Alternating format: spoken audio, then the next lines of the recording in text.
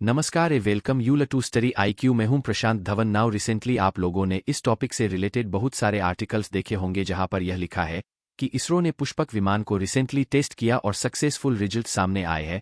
यहां पे आप देख पाओगे इसकी जो वीडियो है यह भी सोशल मीडिया पर काफी वायरल हुई है क्योंकि यह सेकंड टेस्ट है हमारे पुष्पक विमान का। अब यहाँ पे आप कहोगे वेट पुष्पक विमान, इसके बारे में तो काफी बार हमने रामायण में या फिर हिंदू रिलीजन में जो वेरी और गॉड्स के बारे में जब हम पढ़ते हैं तब हमने काफी 033 बार सुना है कि पुष्पक विमान को इस्तेमाल किया जाता था। तो आज के समय 21वीं सदी में हम कौन सा पुष्पक विमान बना रहे हैं। नाउ यहाँ पे आप देख पाओगे इसरो के ट्विटर वीडियो downloader.com दिखा देता हूँ। नाउ यह है आपके सामने नासा का स्पेस शटल। यह इमेज हो सकता है कि आपने काफी बार बचपन में देखी हो किताबों में या फिर डिस्कवरी चैनल पर, मगर अब नहीं दिखती। अब जब आप बड़े हो गए हैं ना, अब आपने नोटिस किया होगा कि रॉकेट्स ऐसे दिखते ही नहीं है।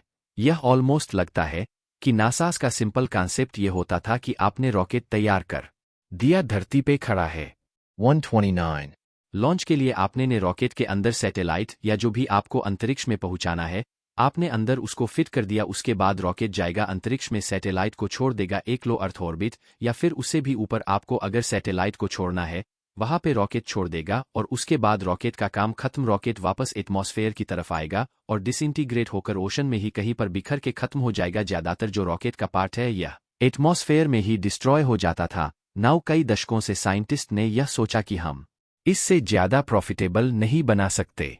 202 क्या हम ऐसा नहीं कर सकते कि रॉकेट सीधा अंतरिक्ष में जाए, सैटेलाइट लॉन्च करें और ठीक ठाक वापस आ जाए। अब यहाँ पे आप कहोगे ये तो इलन मस्क करते हैं, स्पेस एक्स के अंडर यही तो होता है। देखो इलन मस्क स्पेस एक्स बहुत बाद में आए हैं।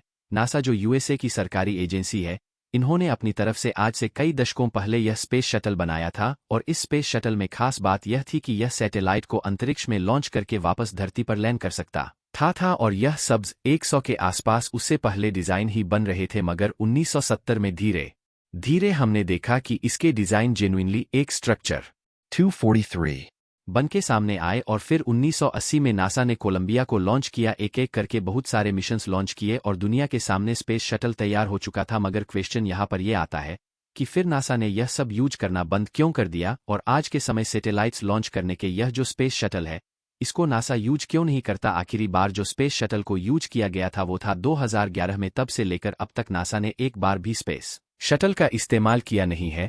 इसका रीजन क्या है?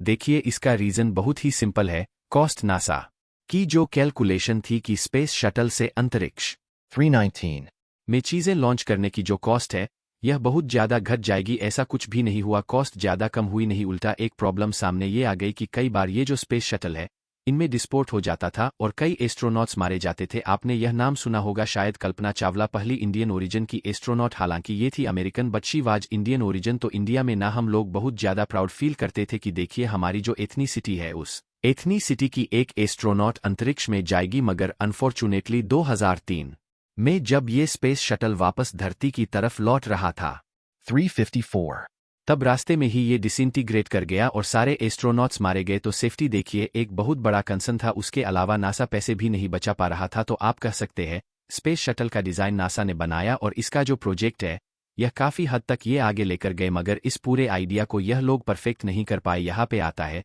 इंडिया इसरो का मानना है कि जो यह स्पेस शटल का कॉन्सेप्ट है ना, यह बुरा नहीं है, यह बहुत ही अच्छा एक रियूजेबल लॉन्च व्हीकल बन सकता है। देखो जो इलन मस्क कर रहे हैं ना स्पेस एक में, that is all together for 28 different के सेम रॉकेट आप लॉन्च करते हो और फिर वही रॉकेट बिल्कुल सीधा धरती पर आके खड़ा हो जाता है। It is something else, engineering marble है ये अपने आप में। हालांकि मैं ये कहूंगा स्पेस एक के भी बहुत सारे जो रॉकेट्स है ये क्रैश होते हैं, मगर ओवर द ईयर स्पेस एक ने अपना जो सेफ्टी रिकॉर्ड है और जो प्रॉफिटेबिलिटी है यह काफी इंक्रीज कर दी है।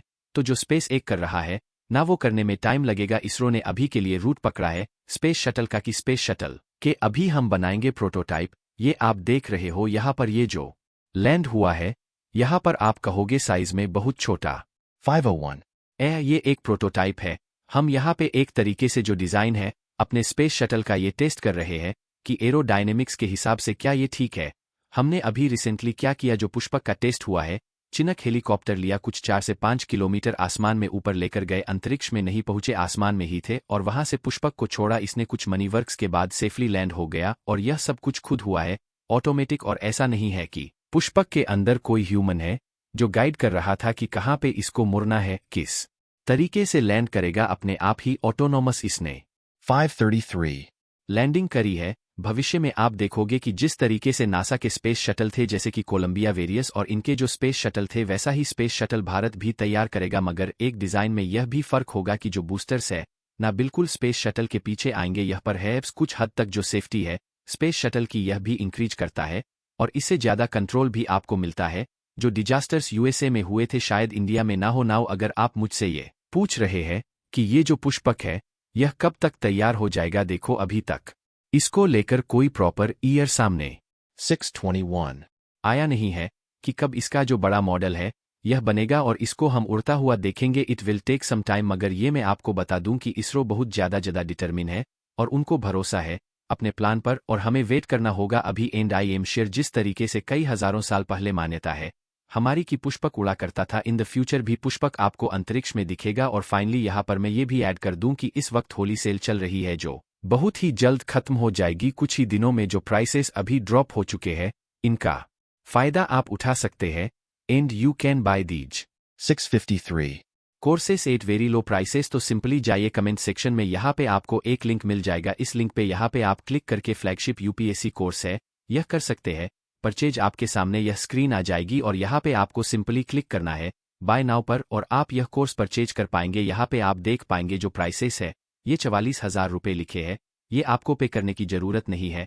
सिंपली यहाँ पर क्लिक करिए 3 ऑफर्स अवेलेबल पर और देखो जो यहाँ पे कोड है ना, यह अगर आप लगाते हैं तो आपको मैक्सिमम डिस्काउंट नहीं मिलेगा। यहाँ पे आप देख पाओगे होली कोड लगाने के 724. बाद भी आपको यह कोर्स पड़ेगा 24,000 का, बट आप अगर यहाँ पे कोड यूज करते हैं PG10 तो आपको मिलेगा द मैक्सिमम डिस्काउंट पॉसिबल। सीधा आप यह जो कोर्स है 20 लाख रुपए